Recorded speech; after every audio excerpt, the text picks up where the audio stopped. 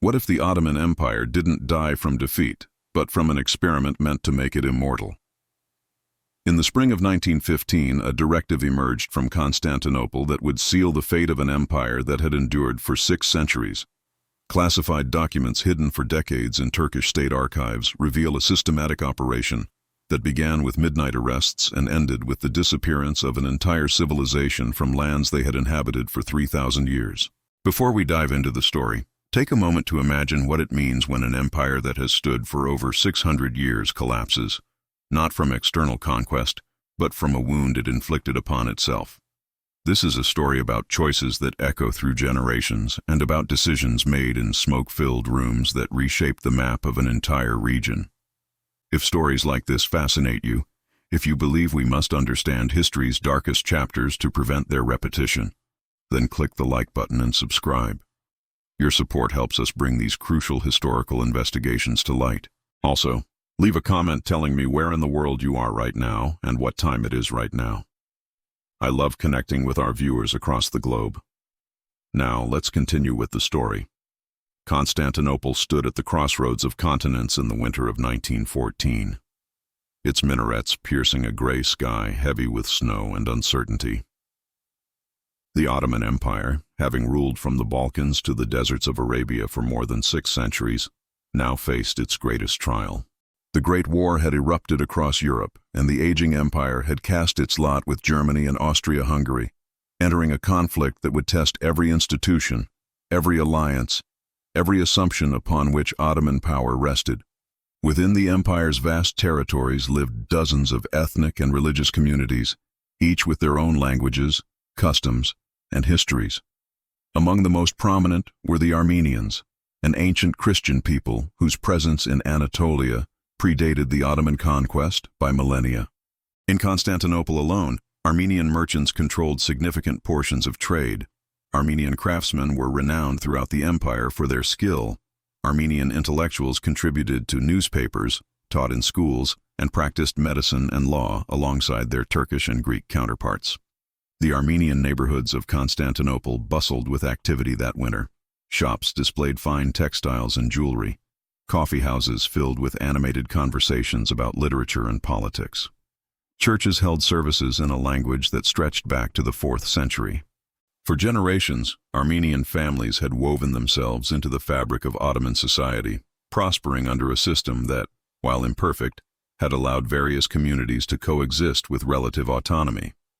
Yet beneath this apparent stability, dangerous currents were gathering. The empire had suffered humiliating losses in recent decades. The Balkan Wars of 1912 and 1913 had stripped away European territories. Nationalist movements threatened to tear apart what remained. Ottoman leaders, particularly those in the Committee of Union, and Progress, who had seized power in 1908, increasingly viewed diversity not as strength, but as vulnerability. Secret meetings were taking place in government buildings where officials spoke in hushed tones about threats both real and imagined. Documents later discovered in Ottoman archives reveal a growing obsession with loyalty, with the fear that minority populations might side with enemies in the coming struggle. The Armenian community, with its cross-border connections to communities in Russian-controlled territories, became a particular focus of suspicion. As winter gave way to spring in 1915, families went about their daily routines unaware that decisions had already been made in rooms they would never enter by men whose names most would never know. The machinery of destruction was being assembled with bureaucratic precision, awaiting only the final orders to begin its terrible work. The night of April 24, 1915, began like any other in Constantinople. Families gathered for evening meals. Children completed their schoolwork by lamplight. In Armenian households throughout the capital, there was no indication that this ordinary Saturday would mark the beginning of an extraordinary catastrophe. Shortly after midnight, the arrests began. Ottoman police, working from carefully prepared lists, moved through Armenian neighborhoods with systematic efficiency. They knocked on doors with the authority of the state behind them, presenting orders that offered no explanation, no charges, no hope of immediate appeal.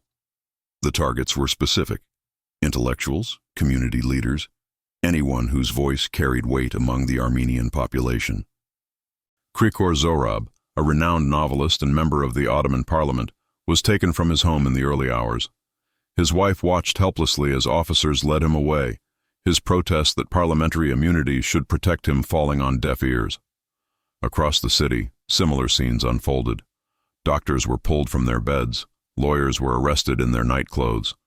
Poets, journalists, educators, and merchants found themselves suddenly in custody, bewildered by accusations they were never formally given the chance to answer. By dawn, over 200 Armenian men had vanished into military prisons and detention centers. Their families rushed to police stations, to government offices, anywhere that might provide information or hope of release. They were met with bureaucratic stonewalling, with officials who claimed to know nothing or who insisted the arrest were temporary measures for the men's own protection during wartime. Personal diaries preserved from this period captured the growing panic.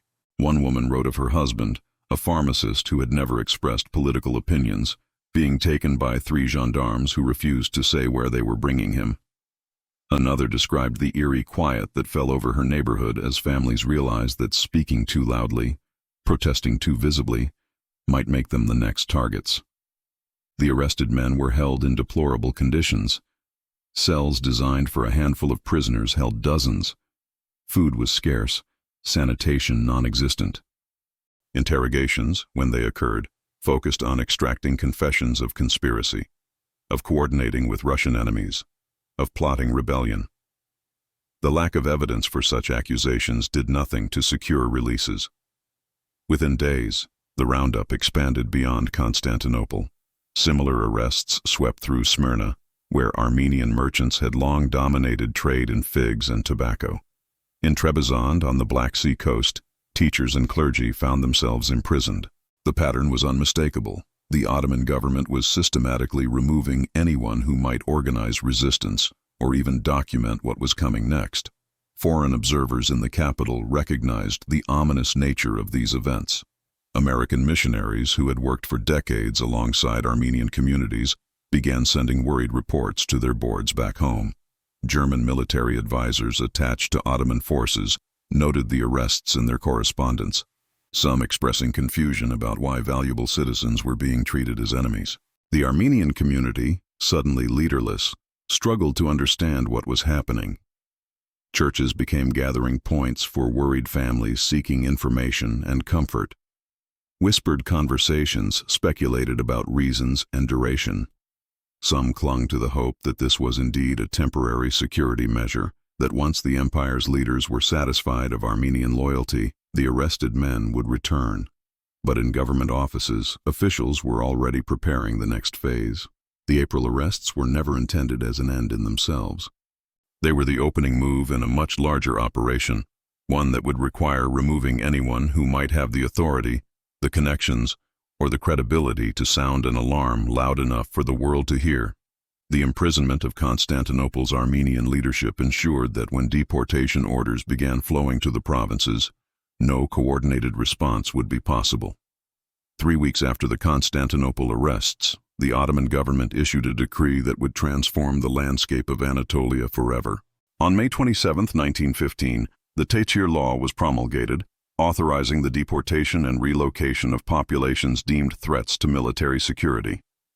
The language was bureaucratic, almost mundane in its phrasing, speaking of temporary resettlement for the duration of hostilities. The reality it unleashed was anything but temporary. The law gave military commanders and provincial governors sweeping authority to order the removal of entire communities. No trial was required, no individual assessment of guilt or innocence. Residence in certain areas was itself deemed sufficient cause for expulsion. While the law's text did not explicitly name Armenians, its implementation left no doubt about its primary targets. Telegraph lines across the empire crackled with encrypted messages. Orders flowed from Constantinople to provincial capitals, from governors to local administrators, from military headquarters to gendarme posts in remote villages.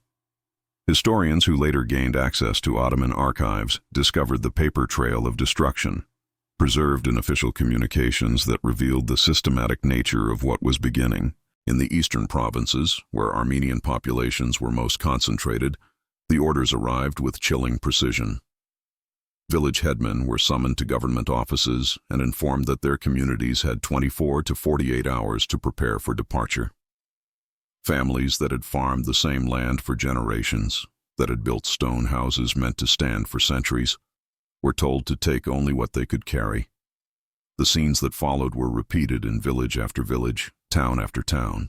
Families frantically sorted through possessions accumulated over lifetimes, trying to decide what could be abandoned and what was essential for survival. Heirlooms were buried in yards with the desperate hope of eventual return. Livestock was sold for fractions of its value to Turkish neighbors, some of whom paid fair prices out of genuine sympathy, others who exploited the desperation of people with no bargaining power. Churches became temporary warehouses as families brought their valuables for safekeeping, trusting that sacred spaces would be respected. Priests recorded the deposited items in ledgers, issuing receipts that would ultimately prove worthless. The faithful prayed for protection, for mercy, for some intervention that would reverse these incomprehensible orders. Government officials assured deportees that this was indeed temporary relocation, that they would be settled in new areas where they could continue their lives until the war's end permitted their return. They were told to expect organized transport, adequate provisions, and protection during the journey. Documents were prepared, travel routes were mapped, and destinations in Syria and Mesopotamia were designated as resettlement zones. But other documents, marked confidential and restricted to higher officials, told a different story. These communications, discovered decades later by researchers sifting through archives, revealed that authorities had no intention of actually resettling the deportees. The designated destinations lacked infrastructure to support the arriving populations. No provisions had been stockpiled along the roads. The gendarmes assigned to escort the convoys received instructions that contradicted the public assurances of safety. As the first convoys assembled in town squares across the eastern provinces, families clung to whatever hope they could manufacture. Some believed they would indeed find new homes, that this upheaval would somehow lead to safety. Others, reading the faces of the gendarmes assigned to guard them, sensed something darker ahead, but felt powerless to resist the armed authority of the state. Foreign missionaries working in the region watched with growing alarm. American and German witnesses documented the scenes, noting the absence of transport vehicles for the elderly and infirm, the inadequate supplies provided for journeys through harsh terrain, the separation of able-bodied men from the convoys even before departure. Their reports, sent through diplomatic channels, began painting a picture that contradicted official Ottoman claims. The deportation machinery, once set in motion, operated with bureaucratic momentum. Daily quotas were established for the number of deportees to be processed. Train cars were requisitioned where rail lines existed. For areas without rail access, the deportees would walk, driven along routes that led through some of the most unforgiving terrain in the empire. Summer descended upon Anatolia with merciless heat as the deportation convoys began their journeys into the Syrian desert. What Ottoman authorities had described as organized relocation quickly revealed itself as something far more sinister. The routes chosen deliberately avoided major roads and towns, instead winding through desolate terrain where help would be impossible to find and witnesses would be few. The convoys stretched for miles, columns of humanity driven forward by gendarmes on horseback. Women carried infants in their arms and supplies on their backs. Children as young as 5 or 6 walked beside their mothers, their small feet already blistering in the heat. The elderly, those who had spent their lives contributing to their communities, now struggled to keep pace, knowing that falling behind meant being left to die alone. Water became the most precious commodity. The routes avoided rivers and wells, and the small amounts of water the deportees had carried from their villages ran out within days. Under the relentless sun, dehydration claimed its first victims.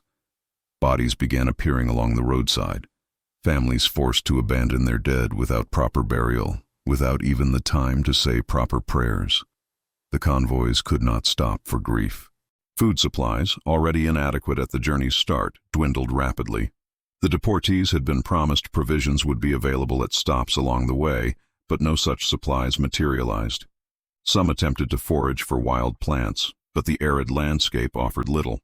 Others tried to buy food from Kurdish villagers whose lands the convoys passed through, but most deportees had nothing left to trade except the clothes on their backs. American missionary reports from this period documented the systematic nature of the suffering. Dr. Clarence Usher, stationed in Van, recorded testimonies from survivors who reached his mission hospital. He described women whose feet were so torn and infected they could no longer walk, children whose ribs showed clearly through their skin, elderly who had simply laid down by the roadside to wait for death. The gendarmes assigned to guard the convoys offered no protection when bands of irregular fighters attacked. These assaults, far from being random acts of violence, followed patterns that suggested coordination. Armed groups would descend on the convoys, selecting young women and girls to abduct, killing men who attempted to defend their families, and stripping the deportees of whatever valuables remained. The gendarmes would watch, sometimes participating in the looting, making no effort to intervene. Some deportees attempted escape, slipping away from the convoys under cover of darkness. A few found refuge with sympathetic Turkish or Kurdish families who risked severe punishment to hide them. But most who fled were quickly recaptured or died alone in the wilderness, unprepared for survival in such harsh terrain without supplies or knowledge of safe routes. The Euphrates River, which should have offered relief from the terrible thirst, became instead another instrument of death. At river crossings, gendarmes would sometimes force entire groups into the water. Those who could not swim drowned, while those on the banks were prevented from helping. Bodies floated downstream for miles, a gruesome testament witnessed by villagers along the riverbanks, who later provided accounts to investigators. As weeks turned to months, the deportation routes became corridors of death. The ground was littered with abandoned possessions too heavy to carry any farther: clothing, books, religious items, family photographs. All the physical remnants of destroyed lives lay scattered in the dust, and among these objects increasingly lay the bodies of those who could go no farther. German military officers, allied with Ottoman forces, witnessed these marches and sent disturbing reports to Berlin. Major Count Wolf Metternich, the German ambassador, wrote of convoys he observed, describing scenes that shocked even men accustomed to the brutality of warfare. His dispatches noted that this was no mere relocation, but rather a death march designed to eliminate the deportees through exposure, starvation, and violence. By autumn of 1915, hundreds of thousands had been driven into the desert. The fortunate, if such a word could be applied to any of the deportees, were those who died quickly. Far worse was the fate of those who survived week after week of walking, watching their families disintegrate around them, losing first the elderly, then the very young, then finally succumbing themselves to exhaustion and despair, just short of the destinations they had been promised but would never reach. While Ottoman authorities maintained their public narrative of wartime security measures, foreign observers stationed throughout the empire were documenting a reality that contradicted every official claim. These witnesses, protected by diplomatic immunity or the neutrality of humanitarian missions, began compiling evidence that would eventually pierce through the fog of wartime propaganda and official denials. Henry Morgenthau, the American ambassador to the Ottoman Empire, occupied a unique position of access and credibility. From his embassy in Constantinople, he maintained relationships with high-ranking Ottoman officials, while simultaneously receiving reports from American consuls and missionaries scattered across Anatolia. What these sources told him grew increasingly alarming with each passing week of 1915. Morgenthau's initial communications to Washington reflected diplomatic caution, but as evidence accumulated, his language became more urgent. In July, he cabled the State Department describing not relocations, but rather a campaign of race extermination. His meetings with Ottoman Interior Minister Talat Pasha revealed a chilling bureaucratic detachment.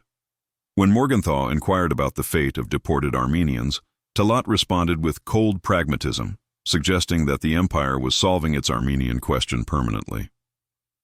American consuls in provincial cities sent detailed reports that painted a comprehensive picture of the unfolding catastrophe. Leslie Davis, consul in Harput, documented mass killings near Lake Hazar. He personally witnessed bodies washing up on the lakeshore and investigated sites where thousands had been executed. His dispatches included specific dates, locations, and methods, creating a record that would prove impossible to dismiss as wartime rumor or exaggeration. German military advisors, despite their nation's alliance with the Ottoman Empire, could not ignore what they observed.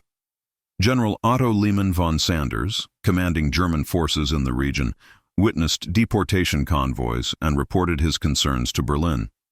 Other German officers stationed in various provinces sent similar accounts. These reports created tensions within the German government, torn between maintaining their crucial alliance and acknowledging the atrocities being committed by their partner. Armin Wegener, a German medic attached to Ottoman forces, went beyond official reporting. He secretly photographed deportation scenes, capturing images that would become some of the only visual documentation of events Ottoman authorities desperately wanted hidden. His photographs showed emaciated deportees, piles of bodies, and the aftermath of massacres. Wegener smuggled these images out through diplomatic pouches, risking severe punishment for his defiance of orders prohibiting such documentation. Missionary organizations, particularly American Protestant groups that had operated schools and hospitals in Anatolia for decades, found themselves reluctant witnesses to destruction. Their institutions had served Armenian communities for generations, creating bonds of trust and friendship that made the current crisis deeply personal. Missionaries like Maria Jacobson and Harput kept detailed diaries recording daily observations of deportations, violence, and suffering. These witnesses faced an agonizing dilemma. Reporting what they saw risked their expulsion from the empire, ending their ability to provide any assistance to those still alive. Remaining silent, however, meant allowing the world to remain ignorant of ongoing crimes. Most chose to document and report, accepting the personal risks involved. Dr. Martin Niepage, a German teacher at a technical school in Aleppo, witnessed the arrival of deportee survivors in that city. He described scenes of unimaginable suffering, with people arriving in conditions suggesting they had endured weeks of brutality and deprivation. His written account, published in Germany in 1916, provided detailed testimony of Ottoman atrocities from a German national, lending particular credibility given the alliance between the two empires. Johannes Lepsius, a German Protestant minister with long experience in the region, conducted his own investigation in 1915. Despite Ottoman efforts to restrict his movements, he gathered testimonies from survivors and witnesses, compiling evidence that he would later present to the German government. His documentation included accounts from Turkish officials who expressed horror at orders they were being forced to implement. The cumulative weight of these testimonies created an undeniable record. These were not enemy propagandists or biased observers, but rather diplomats, military officers, doctors, teachers, and missionaries from neutral or allied nations. Their reports came from different regions, different time periods, and different perspectives, yet all described the same fundamental reality: the systematic destruction of the Armenian population. Newspapers in America and Europe began publishing these accounts. The New York Times ran dozens of articles throughout 1915 and 1916 detailing the deportations and massacres. British and French publications, though focused primarily on the Western Front, devoted space to reports from their own diplomats and missionaries. The international community was learning the truth, even as Ottoman authorities continued their denials, and the machinery of destruction continued its work. By autumn of 1915, the fragmented reports from individual witnesses began coalescing into a comprehensive picture of systematic annihilation. What had initially appeared to be isolated incidents or regional excesses revealed itself as a coordinated operation spanning multiple provinces, implemented with bureaucratic precision and horrifying consistency across vast distances. Survivors who reached Aleppo, one of the designated endpoints for deportation routes, brought accounts that defied comprehension. They spoke of mass drownings in the Euphrates River, where hundreds of deportees at a time were forced into gorges and swept away by the current. Turkish gendarmes had stood on the banks, preventing anyone from attempting rescue, turning a natural waterway into an instrument of mass death. Witnesses described the systematic burning of villages after deportations. Once Armenian populations were removed, homes that had stood for generations were set ablaze, ensuring no possibility of return. Churches were desecrated or converted, their records destroyed, erasing physical evidence of centuries of Armenian presence. Orchards were uprooted, businesses were seized, and property was redistributed to Turkish settlers. completing the erasure of entire communities. The scope extended beyond the eastern provinces. In regions across Anatolia, wherever Armenian communities existed, similar patterns emerged. The city of Diyarbakir saw its Armenian quarter emptied through forced marches. Trebizond on the Black Sea coast witnessed deportees loaded onto boats and drowned at sea, their bodies washing ashore for days afterward. Each location had its own horrific details, yet all followed the same fundamental template. Dr. Floyd Smith, an American missionary doctor, documented conditions at a makeshift camp outside Aleppo where deportee survivors gathered. He described seeing people who had been reduced to walking skeletons, their eyes hollow with trauma, many too weak to speak. Children orphaned by the marches wandered among the dying, having lost all family members. Disease ravaged the camp, with typhus and dysentery spreading rapidly through the malnourished population. Photographs smuggled out of the empire provided visual confirmation of witness testimonies. Images showed lines of deportees stretching across barren landscapes, emaciated children with distended bellies, and the aftermath of massacres that left landscapes littered with remains. These photographs, though limited in number due to Ottoman restrictions, offered undeniable evidence that this was no ordinary wartime relocation. Reports indicated that entire towns had been effectively erased. Zaytun, a mountain stronghold where Armenians had maintained fierce independence for centuries, was emptied completely. Its population, known for their skill as craftsmen and their defiant spirit, was marched into the desert and never seen again. Similar fates befell dozens of other communities, each with its own history, culture, and contributions to the region. The methods varied by location, but shared a common brutality. In some areas, deportees were herded into caves that were then sealed or set ablaze. In others, groups were taken to remote gorges and shot, their bodies left for scavengers. Young women and girls were systematically separated from convoys, sold into slavery, or forced into Turkish and Kurdish households. These victims, though they survived physically, lost everything that had defined their identities. German consul Walter Rössler in Aleppo maintained meticulous records of the deportee arrivals in his jurisdiction.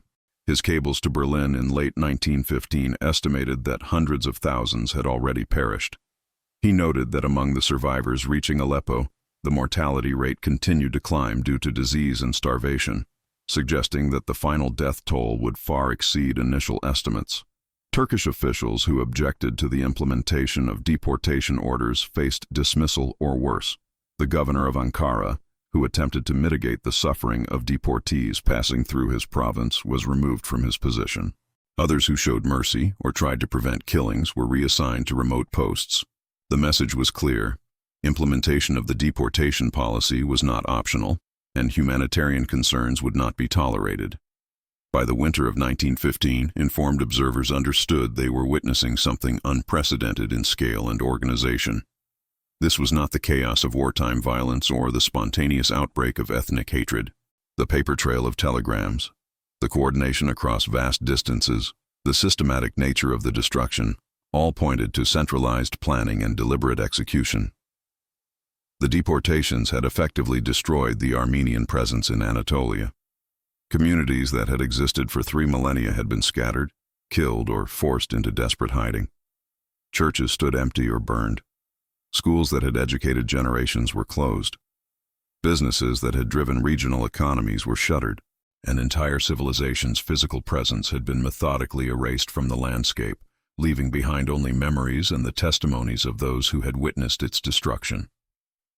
As international awareness of the atrocities grew, Ottoman authorities found themselves forced to address mounting questions from both allied and neutral nations.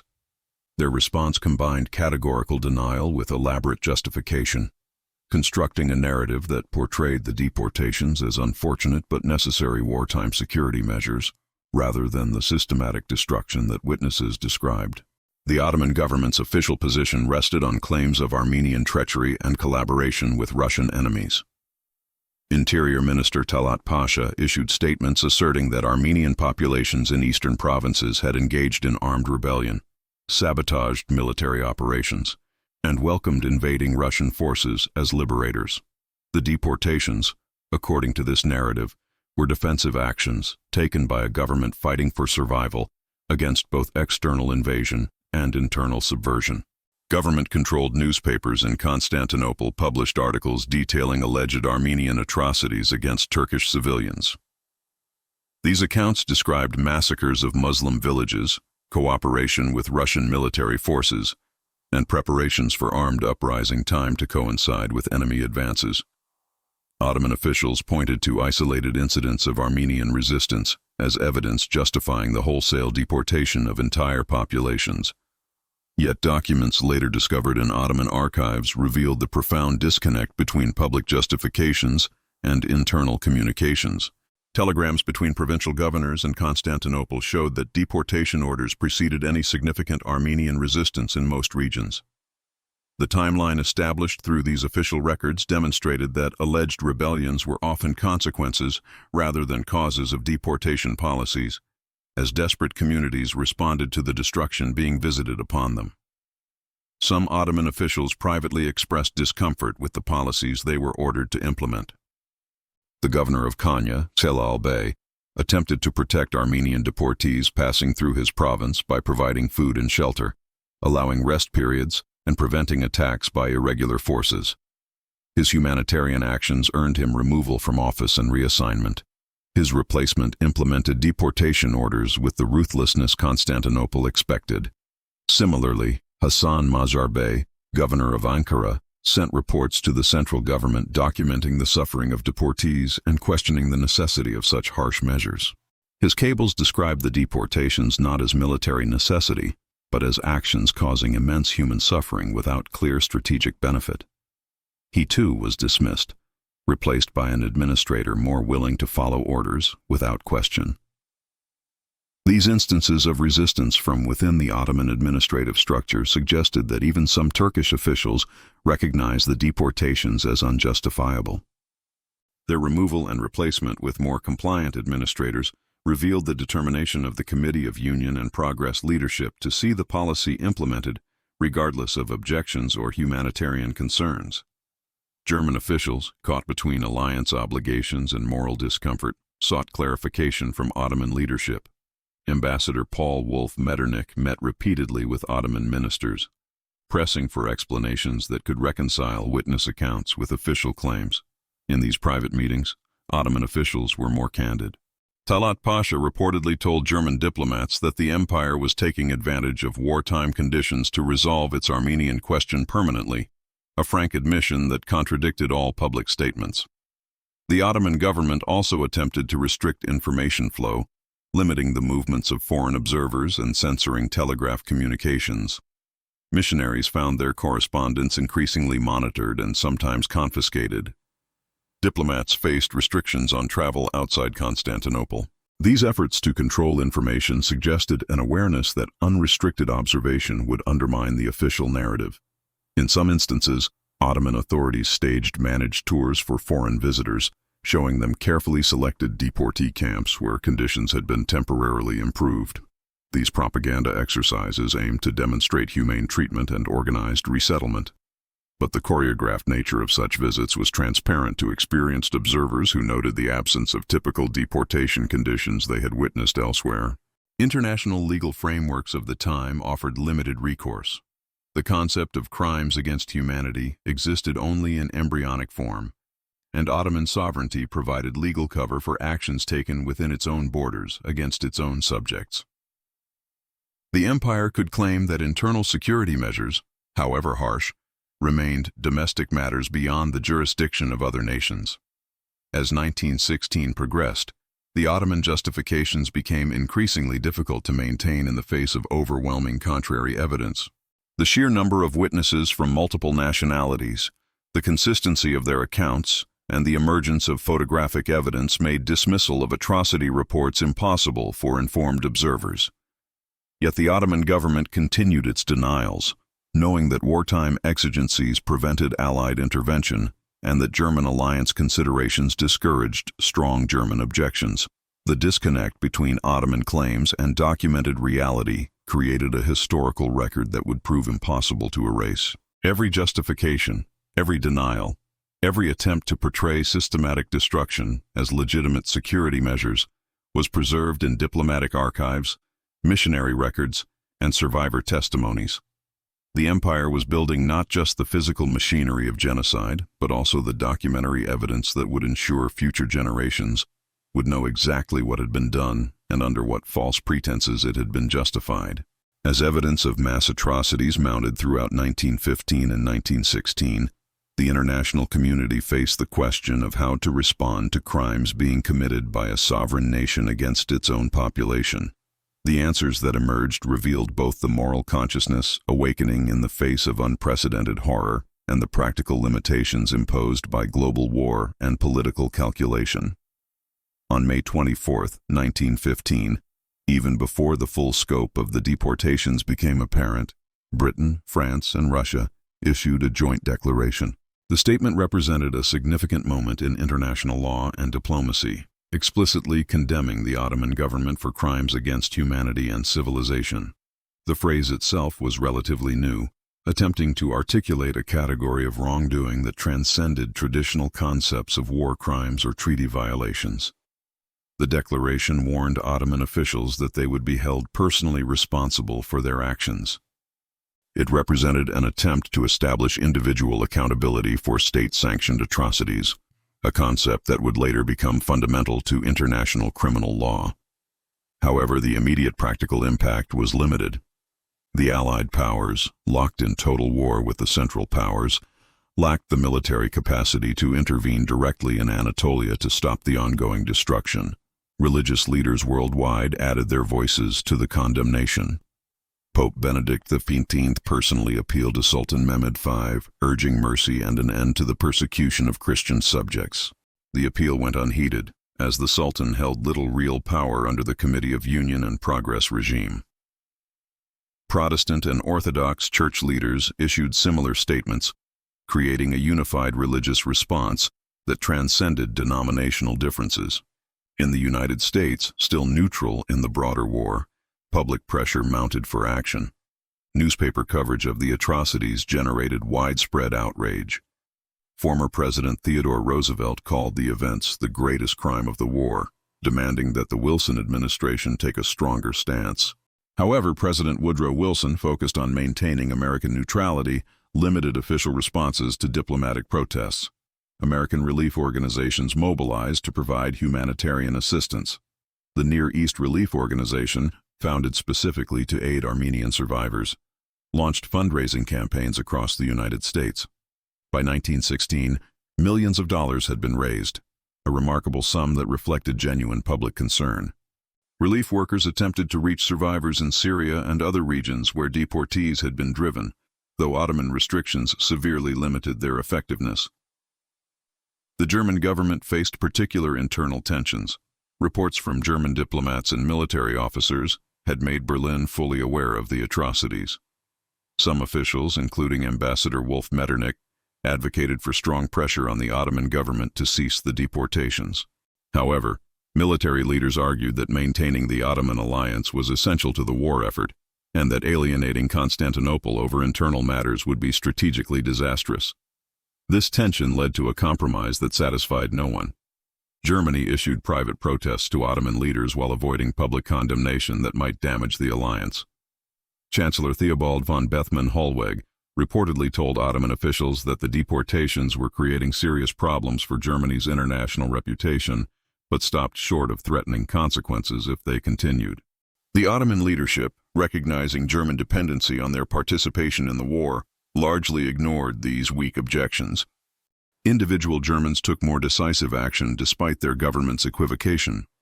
Armin Wegener's photographs and reports reached Germany through unofficial channels, stirring public debate. Johannes Lepsius published his documented account of the atrocities, challenging the official German silence. These voices created a domestic German discourse that questioned the morality of alliance with a regime committing such crimes. International law at the time offered few mechanisms for intervention. The concept of state sovereignty remained nearly absolute. What a government did to its own citizens within its own borders was generally considered beyond the legitimate concern of other nations. The Armenian deportations thus occurred in a legal vacuum Where moral outrage had no corresponding framework for effective action, some neutral nations attempted diplomatic mediation. Switzerland and Sweden, maintaining relations with both the Ottoman Empire and Allied powers, offered to facilitate negotiations or provide humanitarian corridors. These efforts foundered on Ottoman intransigence and the reality that the deportations were not a policy the government was willing to negotiate, but rather a fundamental decision about the empire's demographic future. By 1917, as the United States entered the war against Germany, the possibility of holding Ottoman officials accountable gained credibility. American entry shifted the balance of power decisively toward the Allies, making eventual Ottoman defeat increasingly likely. Allied leaders began speaking more explicitly about post-war justice, promising that those responsible for atrocities would face consequences once the fighting ended. Yet, even as these promises were made, the practical challenges of justice remained daunting. Identifying specific perpetrators, gathering admissible evidence, establishing legal frameworks for prosecution. All of these would require resources and political will that might not survive the transition from wartime outrage to post-war exhaustion. The international response to the Armenian atrocities thus embodied a fundamental tension between moral conviction and practical capability, between the desire for justice and the constraints of international relations. The tragedy unfolding in Anatolia was teaching the world a bitter lesson about the limits of international action in the face of determined state violence. Future generations would struggle with the same questions: how to prevent such crimes, how to intervene when prevention fails, and how to ensure accountability when intervention proves impossible.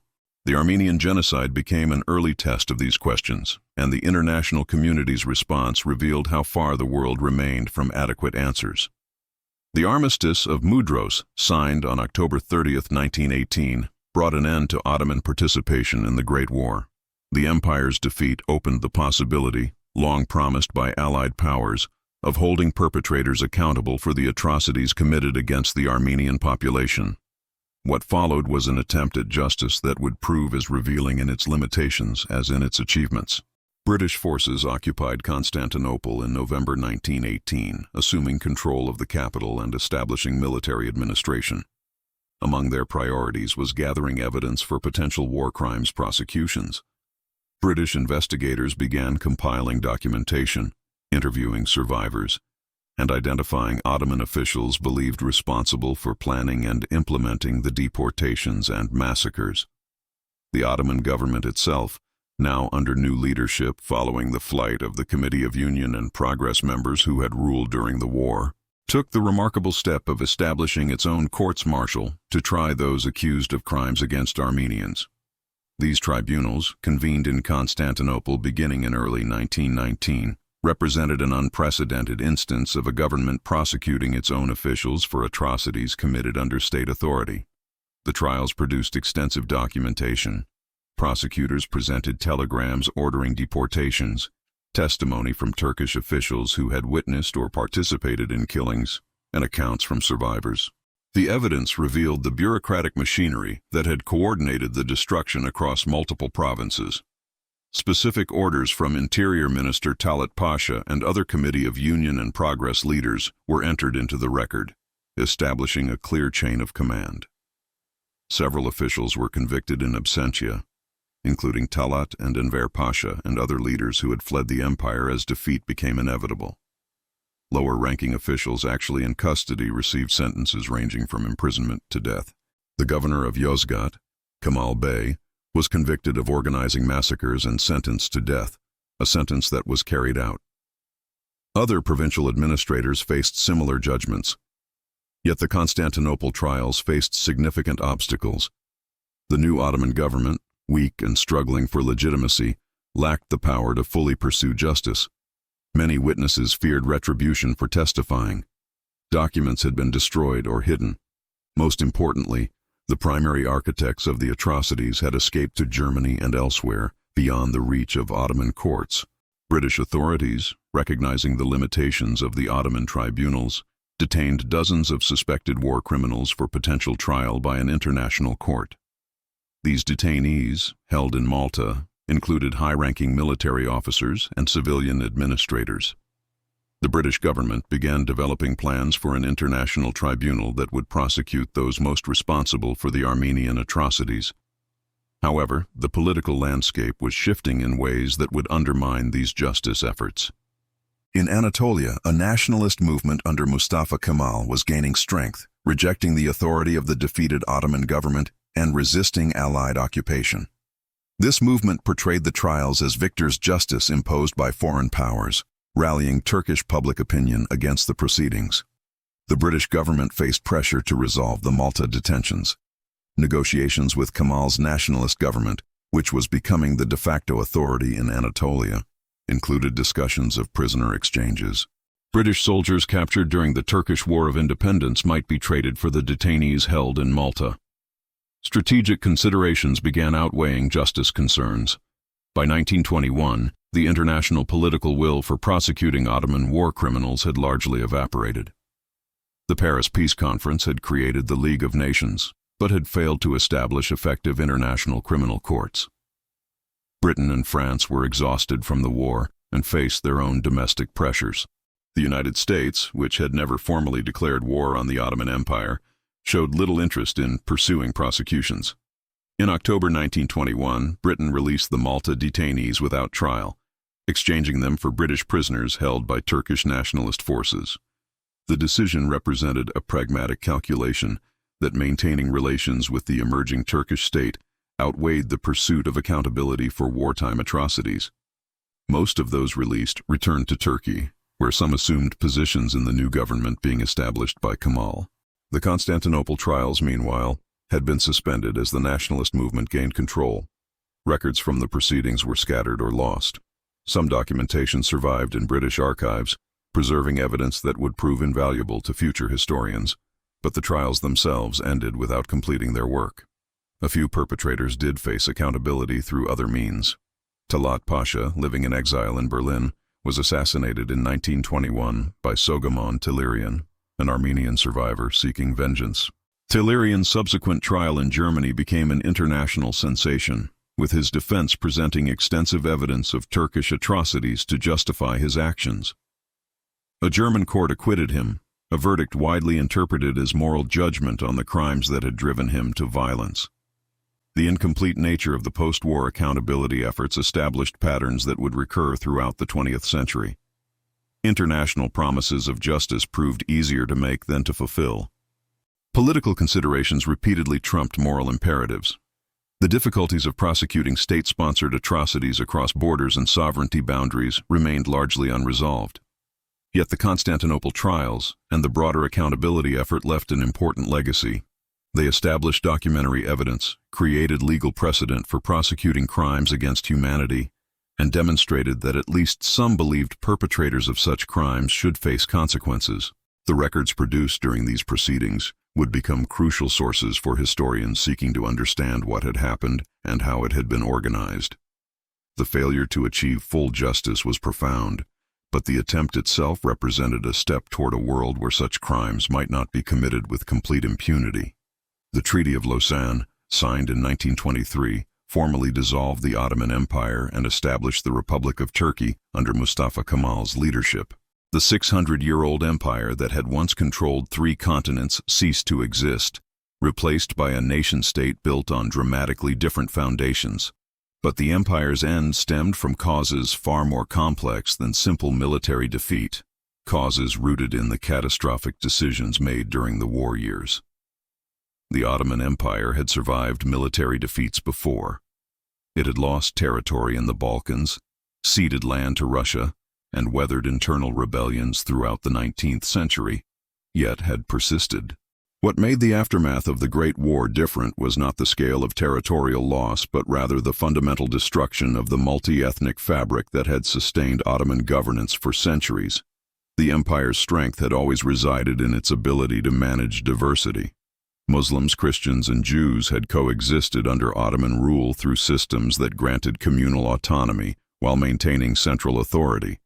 Armenians, Greeks, Assyrians, Arabs, Kurds, and Turks had all found places within this complex mosaic.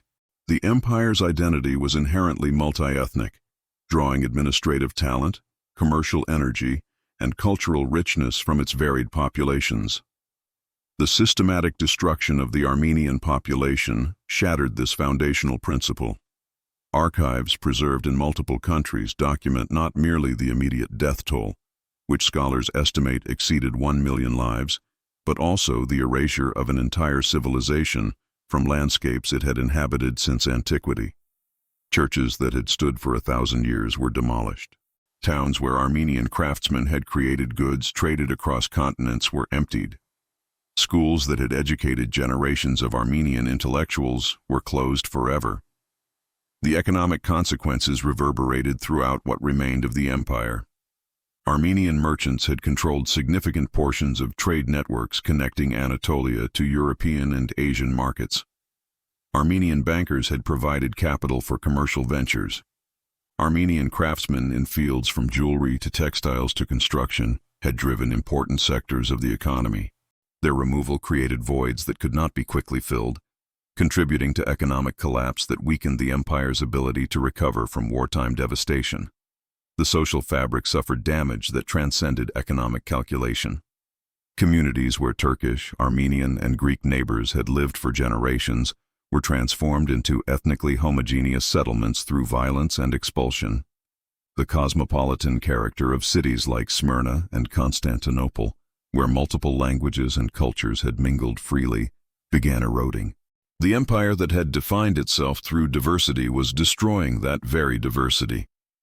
International perception of the Ottoman Empire underwent irreversible change. The atrocities against Armenians, documented by witnesses from multiple nations and publicized worldwide, transformed the empire from a legitimate, if declining power, into a regime associated with crimes against humanity. This reputational damage affected diplomatic relations, economic partnerships, and the willingness of foreign powers to support Ottoman territorial integrity in post-war negotiations. The rise of Turkish nationalism, which would ultimately replace the multi-ethnic Ottoman system with an ethnically defined nation-state, was both cause and consequence of the Armenian destruction. The Committee of Union and Progress leaders who ordered the deportations had embraced an ideology that saw ethnic and religious diversity as weakness rather than strength. Their actions during the war created conditions that made the old Ottoman model unsustainable and paved the way for Kemal's nationalist vision.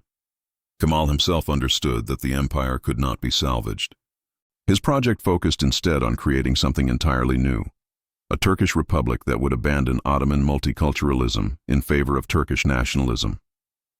The population exchanges with Greece in 1923, which forcibly relocated over 1 million Greek Orthodox Christians from Anatolia and hundreds of thousands of Muslims from Greece, completed the demographic transformation that had begun with the Armenian deportations. The empire's moral authority, whatever remained of it, had been irrevocably compromised. How could a government that had systematically destroyed its own subjects maintain legitimacy? The Constantinople trials had demonstrated that even some Turks recognized the actions as criminal, but the nationalist movement rejected this accountability, building instead a narrative of wartime necessity that denied or minimized the atrocities. This denial created an ethical foundation too unstable to support an imperial structure that required trust across ethnic and religious lines. By 1922, when the Sultanate was officially abolished, the Ottoman Empire existed only as a legal fiction. The institutions that had governed for 6 centuries had collapsed under the weight of military defeat, economic ruin, and moral bankruptcy. The destruction of the Armenian population had not merely been one atrocity among many in a brutal war. It had been a self-inflicted wound that severed the empire from its own historical identity and made its continuation impossible. The Turkish Republic that emerged from Ottoman ruins was explicitly designed to avoid the multi-ethnic complexity that had characterized the empire. It emphasized Turkish identity, Turkish language, and a secular Turkish nationalism that left no space for the kind of diversity that had once been Ottoman strength. This transformation represented not evolution, but rather repudiation of the Ottoman model, an acknowledgement that the old system had been destroyed beyond repair. History would remember the Armenian genocide as one of the 20th century's great crimes, a precursor to horrors that would follow. But it was also the wound that ended an empire, the decision from which there could be no recovery. The Ottoman Empire did not fall primarily to Allied armies or Arab revolts or nationalist movements, though all of these contributed. It fell because it had betrayed its own foundational principles, destroyed communities it was meant to protect, and revealed that its system of governance could produce not just injustice but systematic annihilation. An empire that commits genocide against its own people has already ceased to exist in any meaningful sense. The formal dissolution that followed was merely acknowledgement of a death that had occurred years earlier in the deserts, where a civilization was destroyed and an empire lost whatever had made it worth preserving. If this story has moved you, if you believe these histories must be remembered and shared, then show your support by clicking the like button and subscribing. These are not easy stories to tell or to hear, but they are essential ones. Understanding how empires fall, how seemingly stable systems can produce unthinkable atrocities, and how the choices of leaders echo through generations helps us recognize warning signs in our own time. Your engagement helps ensure these crucial historical lessons reach others who need to hear them. Share this video, continue the conversation, and join us as we explore more of history's most significant and often overlooked stories.